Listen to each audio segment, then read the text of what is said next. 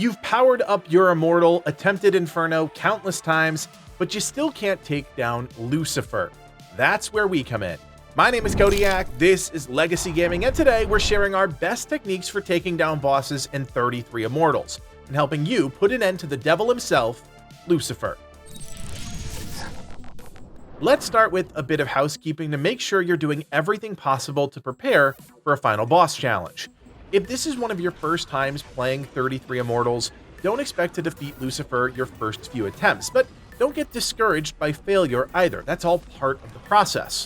When you're doing an Inferno run, farming extra dust to pump your stats, using keys to gain extra relics in torture chambers, and properly splitting up to complete all 3 Ascension battles goes a long way, giving every player a better chance of succeeding by having a much higher overall power ceiling.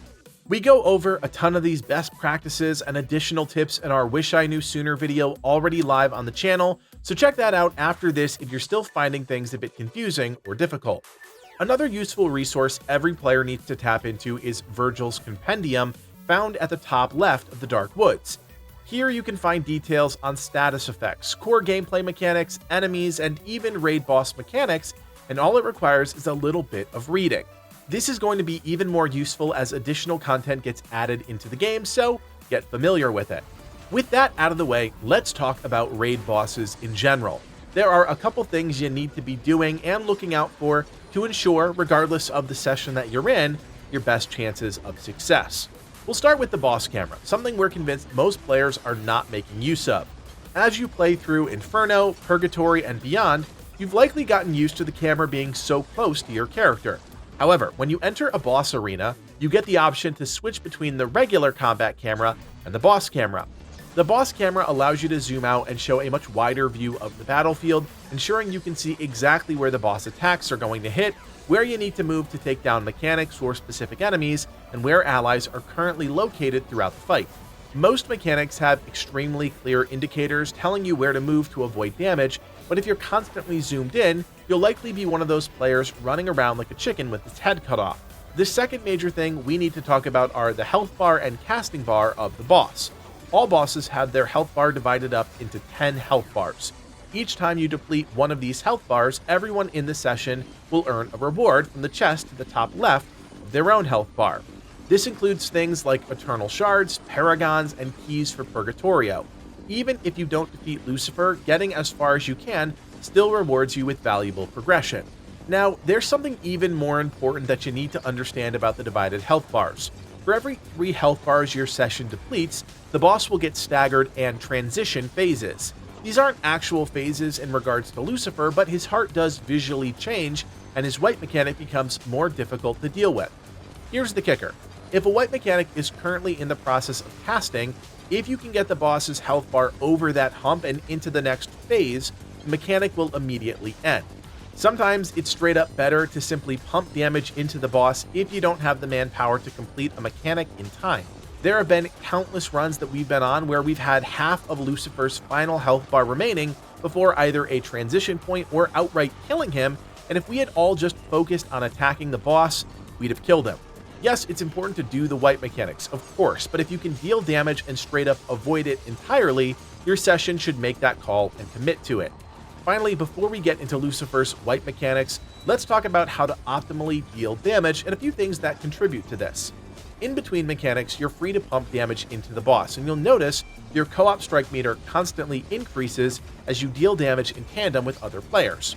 Pushing this meter as close to 100 as possible is so unbelievably important for when you transition to his wipe mechanics. Your critical strike chance improves by 1% for each co-op strike level up to 100, granting you a plus 100% chance to critically strike, effectively doubling your damage output. This meter resets after not dealing damage for 3 seconds, so maintaining constant damage on bosses and enemies will keep that double damage pumping. When it comes to Lucifer, he will try to slam the ground and block off his heart from taking damage, but every single weapon with either correct positioning or gameplay knowledge can keep attacking through this. For the Sword of Justice, right before he slams, simply guard. This will negate all damage and return with a gavel bash, allowing you to sit there and just pump damage. The same goes for the Daggers of Greed. For these, keep up your flurry of light attacks, and right before he slams the ground, use your takedown leap on the heart. You'll unleash all that stored greed for a massive burst of critical damage and ignore his attack in the process. For the Bow of Hope, you'll want to sit right here outside of the AoE, pretty much where his forearms will land when he slams. This allows you to keep firing light or heavy attacks without ever needing to move. Finally, the Staff of Sloth. For this one, you'll need a specific weapon upgrade called Bouncing Orbs. This turns your attacks into small orbs that bounce one additional time and lets you sit just outside the AoE and the bounces, well, they'll hit his heart. You'll need to move back and forth a bit to switch between your light attacks and bouncing orbs to maximize your damage, but this is the best way to keep up that co-strike meter. I'm not kidding when I say this is probably the most important aspect of the fight, because if you can keep up the damage and your co-strike meter, you can quickly dash to whatever mechanic or threat spawns and retain that double damage. To wrap this thing up, let's go over the wipe mechanics. Again, you can simply read these within the Compendium, but for all you visual learners out there, we'll show you the way. Frozen Hate is one of the mechanics we see groups fail to the most. You'll see a blue shackle form on each wrist of Lucifer, and at that point, you need to stop what you're doing and break those cuffs. If both shackles remain unbroken once the casting bar fills up, the entire arena will be blanketed in his Hateful Fists attack. These deal unavoidable, unblockable damage and will absolutely wipe your entire session. For each shackle that gets broken, a safe zone will appear on the side of the arena where the shackle was broken. Right shackle, right side. Left shackle, left side. Now, contrary to what the Compendium says, you really only need to break one of these. You can then quickly focus the elite enemies that spawn, cleaning up the threats, and then immediately rotate back to damaging the boss, because if that meter is still filling up all that time, it's free damage. If your session specifically doesn't seem to understand what side to move to, you can always just break both shackles to make it truly idiot-proof, but that does waste valuable time to clear elites and damage the boss. Eternal Sorrow is the second wipe mechanic out of his three that we often see completely crush groups. Lucifer will cover the floor in slippery ice and drop icy tears across the entire arena. Your group must destroy every single tier before the casting bar fills up.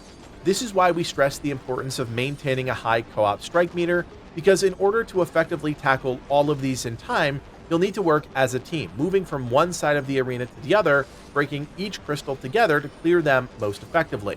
If even a single tier is left remaining, an ice storm will cover the arena, dealing unavoidable, unblockable damage. If you do manage to kill all of them, which should be possible if you're following these tips, you can quickly clean up the elites and prepare to position yourself in the 3 different safe zones during his ice storm to avoid taking any damage. His final wipe mechanic is called Last Betrayal, and we think this is the easiest and most straightforward to deal with. Lucifer will summon 3 traitors, blue-tinted elite enemies with a buttload of health. You need to kill all 3 of these before the casting bar fills up. For each traitor that's killed, a single safe zone during each of his 3 instances of follow-up attacks will be made available. This is when you should absolutely be in that zoomed out boss camera mode, because you'll know where each safe zone is going to be based on which set of eyes aren't glowing before each attack. There's one other mechanic I should mention that begins happening around the 4 to 5 health bar remaining mark. Lucifer will randomly mark 1 to 2 players, and they'll gain a big orange glowing circle around them, telling people in the session to stack. Regardless of whether it's on you or someone else, you should get enough players on these circles to make the radial bar fill up and turn green. If you don't help these marked players, Lucifer will hit them with a massive nuke and deplete a significant portion of their health, so help out your fellow player. If you manage to successfully complete all of these mechanics multiple times, survive the onslaught of elites, and use your co-op abilities to either clear threats, protect allies, or damage the boss, you'll claim victory over Lucifer and be rewarded with a golden chest. This will grant you a ton of eternal shards, some paragons, and an additional reward, such as a rare cosmetic item, keys, and more. If you make it to this point, congratulations, now do it again.